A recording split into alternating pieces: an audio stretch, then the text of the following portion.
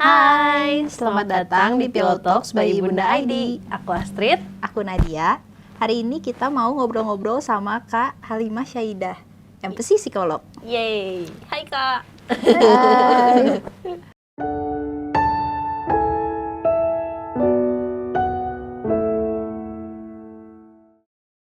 Hari ini kita membahas apa nih sebelum tidur? Obrolan wanita ya. Kayaknya bahas ini kali ya. Apa? Kan akhir-akhir ini lagi ngetren nih self-reward. Orang-orang kalau beres kerja shopping, Belanja. beres kerja boba, milk tea, gitu-gitu. Sehat gak sih sebenarnya kayak gitu tuh? Oke. Sebenarnya dibilang sehat itu mungkin perlu paham batasan-batasan tertentu. Jadi kalau misal dibilang sehat tuh ketika oh ya emang kita butuh dan emang ada juga uang ya gitu ya. Nah yang jadi nggak sehat itu adalah ketika udah ini jadi poin regulasi gitu ya, regulasi emosi, maksudnya kayak udah capek terus udah gitu belilah langsung, terus beli keadaannya uang nggak ada tapi maksain terus udah gitu pas beli nih biasanya kan ngerasa bersalah tuh. Nah itu mulai udah nggak sehat tuh kalau misalnya udah ada perasaan-perasaan yang negatif dan berkepanjangan gitu. Berarti kalau misalnya let's say itu cuman kayak jadi motivasi nih biar aku semangat kerja setiap hari gitu. Asalkan nggak berlebihan itu masih fine ya. Betul. Kalau gitu sejauh mana sih Kak itu beneran self-reward yang sehat dan sejauh mana itu tuh udah adiksi gitu? Oke. Batasannya tuh di ketika itu udah bisa nahan dan nggak ada masalah dengan nahan itu. Jadi maksudnya nih kayak ya tadi dia ngomongin oh ya aku butuh, oke, kalau misal butuh beli ada uangnya atau enggak, iya silahkan. Tapi kalau misal ya sebenarnya nggak butuh-butuh banget sih, nah itu bisa nahan gitu, bisa nahan nggak ngerasa dan juga nggak ngerasa bersalah ketika menahan itu gitu. Karena kan biasanya nih kayak kalau misal lagi FOMO gitu ya, misalnya tiba-tiba kayak labubu nih lagi menjelma itu kan, labubu terus kayak, kalau misalnya masalahnya adalah yang jadi nggak sehat, bukan nggak sehat, yang biasanya jadi berkembang itu adalah pikiran atau lingkungan yang ngebuat kita harus beli. Nah itu tuh biasanya, karena biasanya nih, kalau misalnya tadi konteksnya nyeritain tentang labubu gitu ya. Aku maksudnya kalau misalnya nggak beli labubu, aku bakal dibully di sekolah gara-gara nggak punya atau ketinggalan atau FOMO. Nah kan biasanya itu tuh yang bikin jadi, aduh aku harus nih, gitu. Itu yang jadi nggak sehat itu di situ sebenarnya.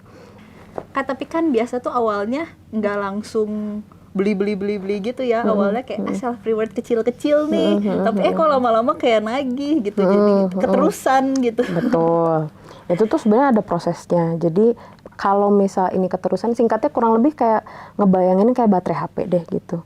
Awalnya kan ya kita butuh nge-recharge gitu ya, reward itu kan kayak recharge gitu ya, recharge oke. Tapi kan ada momen-momen ketika kita recharge terus-terusan, baterai juga jadi makin fungsinya kan juga makin menurun ya. Battery health ya. Nah, kurang lebih kayak gitu. Nah, ketika perkembangannya awalnya yang jadi reward, terus nextnya jadi bahasanya mungkin kompulsif gitu ya, kayak aku awalnya nggak bisa nih untuk ngekontrol hal itu. Nah, perkembangannya dari awal reward, terus gak bisa ngontrol, terus sekarang jadi satu-satunya cara. Nah, itu tuh perkembangan tuh jadi adiksi tuh kayak gitu.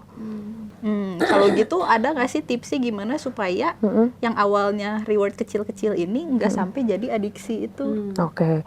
Sebenarnya mungkin perlu kita pahamin itu kita lagi butuh apa sih. Biasanya kan reward ini tuh terjadi ketika kita lagi kelelahan ya.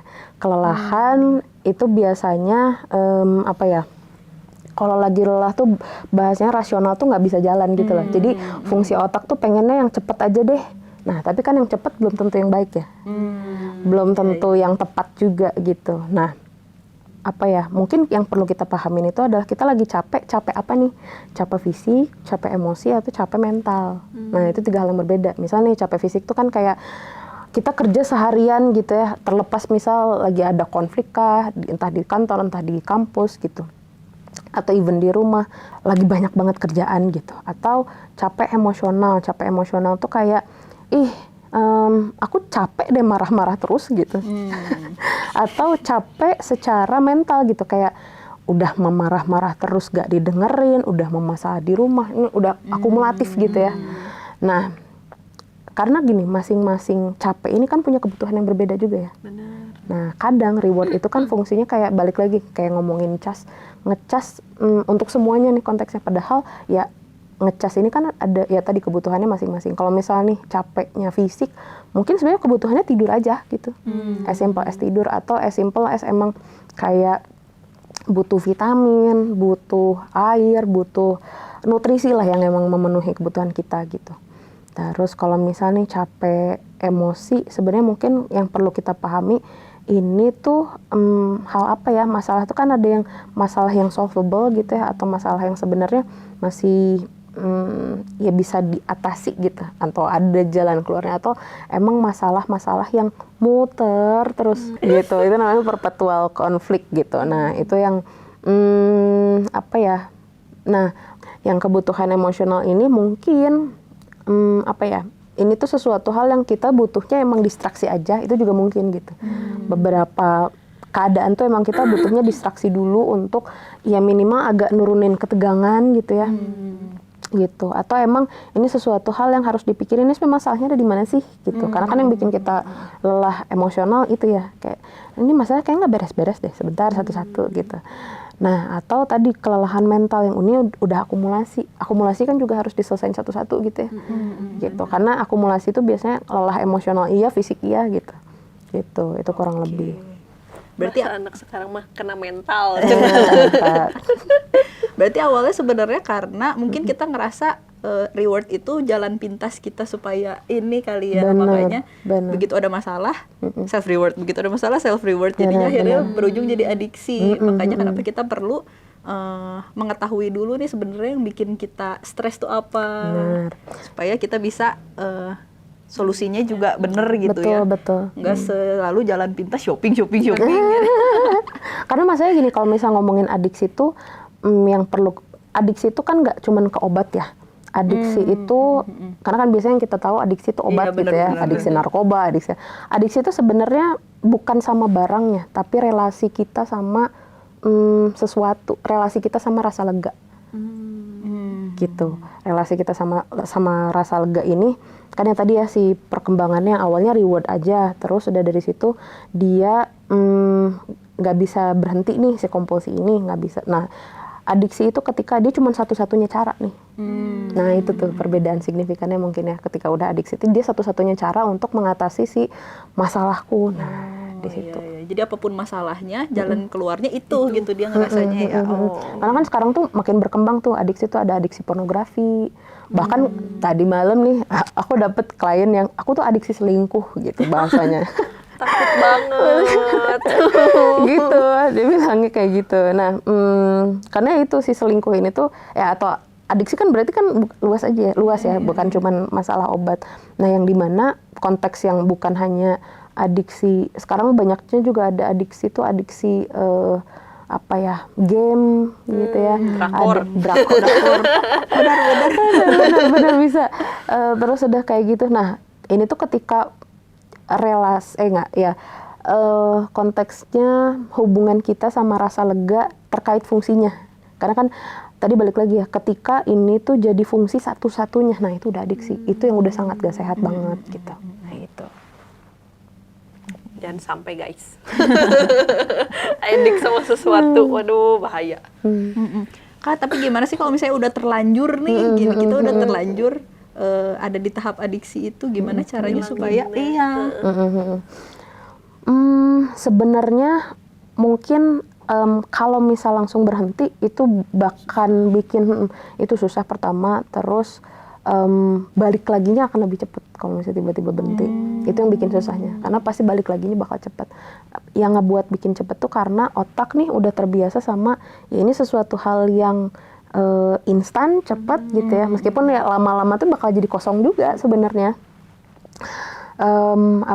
Mungkin yang perlu dilakukan kalau misalnya kita udah di tahap adiksi tadi gitu ya, ngasih jeda dulu sedikit demi sedikit gitu. Dikurangin betul.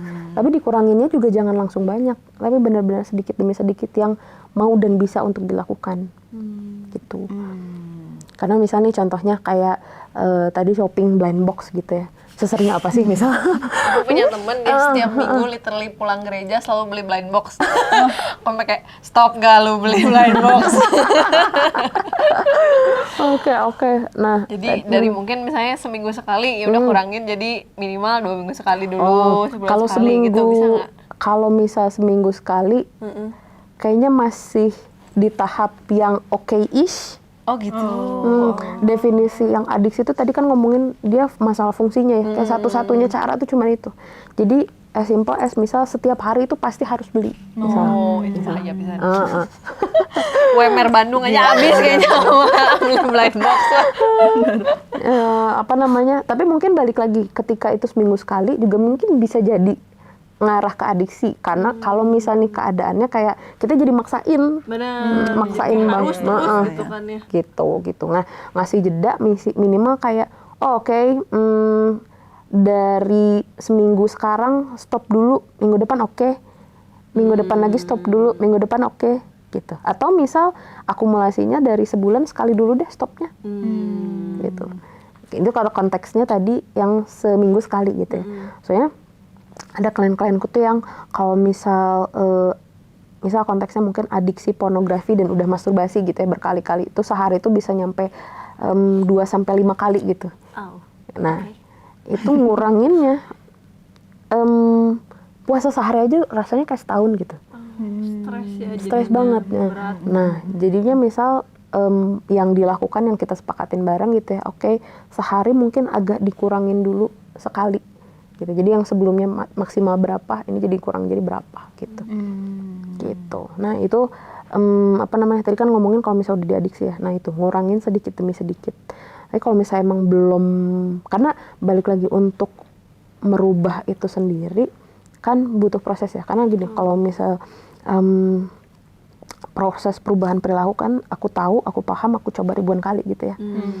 Penting untuk kita juga paham sebenarnya apa sih yang aku mau dari aku ngerubah ini gitu. Harus ada motivasinya dulu yang sangat-sangat internal gitu ya. Karena misalnya nih contohnya kayak ini agak loncat nih konteksnya beda. Ada orang yang dia takut hiu tapi kerja di SeaWorld. Sama ada yang takut hiu tapi pacarnya yang kerja di SeaWorld. Kan jadi berbeda ya untuk ngatasin, aku harus ngatasin ketakutanku sama hiu ini gitu. Akan jadi berbeda motivasinya. Begitupun sama masalah adiksi ini, apapun itu konteksnya adiksinya gitu. Aku sendiri mau merubah juga tujuannya buat apa. Kalau biasanya nih untuk orang lain itu tantangannya pasti bakal naik turunnya lebih tinggi. Beda akan kalau misal tantangannya dari diri sendiri gitu. Kayak misalnya nih tadi, aku pengen nyoba untuk gak adiksi tentang shopping nih misal. Tapi ini ya masalahnya, misal ini suami aku nih yang minta aku buat kayak gitu. Akan jadi beda ya. Akan menjadi beda ya kalau misal itu keresahannya emang dari kita sendiri gitu. Gitu. Itu sih mungkin. Jadi fokusnya tadi tentang pertanyaan kalau misal udah di tahap adiksi terus apa yang bisa dilakuin dulu, mungkin ngasih jeda. It's okay untuk saat ini kalau misal belum bisa nggak apa-apa, tapi tetap ada perencanaan, ada yang mungkin dijeda atau ada yang mungkin dikurangin. Gitu. Berusaha mengurangi lah ya seenggaknya. Jangan jeder tuh. Ya udah, berarti sekian ya teman-teman. Thank you banget udah dengerin Pill Talks by Ibunda ID, obrolan sebelum tidur bareng psikolog ya. Semoga bisa membantu untuk kalian nih yang demam banget beli blind box atau scroll Shopee apa segala macam ya. Tolong dikontrol ya guys. Bye bye.